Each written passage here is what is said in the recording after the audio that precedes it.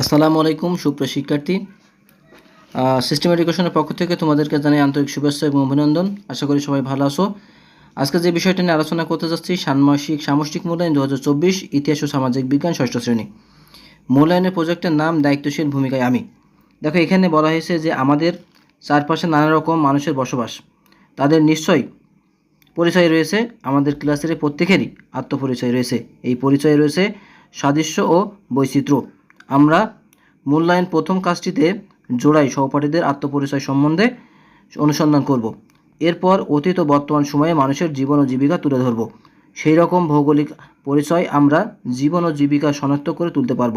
সর্বশেষ সামাজিক নানা রকম আত্মপরিচয় মানুষের সাথে মিলেমিশে থাকার জন্য করণীয় বিষয় একটি প্রতিবেদন লিখব। এখন দেখো, এখানে যে বিষয়টা আলোচনা করছি, আমরা একজন সহপাঠীর পরিবার ও এলাকা বিষয়ক তথ্য সংগ্রহ করব। বৈজ্ঞানিক অনুসন্ধান ধাপে অনুসরণ করে আমরা এই কাজটি করব। তথ্য সংগ্রহের জন্য নিম্নোক্ত দুটি প্রেক্ষাপট তৈরি করব। প্রথম যেটা বলেছে, একটা হচ্ছে ভৌগোলিক প্রেক্ষাপট। আমরা সহপাঠীর পরিবার ও এলাকা যে ভূপ্রাকৃতিক বৈশিষ্ট্য অবস্থিত তা বিবেচনা আত্মপরিচয়। আর একটা এখানে বলা হয়েছে যে সামাজিক ও সাংস্কৃতিক প্রেক্ষাপট। আমার সহপাঠীর পরিবারের মানুষের ভাষা, সংস্কৃতি, পোশাক, রীতিনীতি ও পেশা ইত্যাদি এ সম্পর্কে জানবো। এখন প্রথমে 1 নম্বরের যে কাজটা সেটা আমরা দেখো। তো আমরা দেখো এবার যে প্রশ্ন বিশ্লেষণ, প্রথম যে 1 নম্বর কাজ, ভৌগোলিক প্রেক্ষাপট। আমার সহপাঠীর, দেখো এখানে লিখেছি আমার সহপাঠীর যে ভূমিকা। আমার সহপাঠীর সমতল ভূমিতে বসবাস করে। এটি একটি শহর কেন্দ্রিক। শহরের আশপাশ দিয়ে, অর্থাৎ শহরের এক পাশ দিয়ে বয়ে গেছে ভৈরব নদ এবং অন্য পাশ দিয়ে রয়েছে বসতবাড়ি, সবুজ গাছগাছালি এবং আঁকাবাঁকা সড়ক।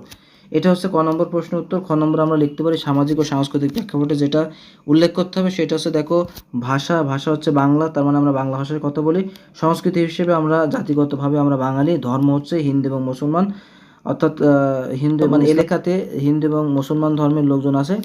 ধর্মীয় রীতি ও সামাজিক রীতি অনুযায়ী বাঙালির পোশাক পরিচ্ছদ পরিধান করে। তারপরে এখানে দেখো আছে রীতিনীতি। এখানে নিজ ধর্ম অনুযায়ী রীতিনীতি মেনে চলে। তার মানে যার যে ধর্ম আছে সে নিয়ম অনুযায়ী, সামাজিকতা অনুযায়ী মেনে চলে। পোশাক হচ্ছে তারপর পেশা হচ্ছে বাবা শিক্ষক এবং মা গৃহিণী এবং 2 ভাই বোন লেখাপড়া করে।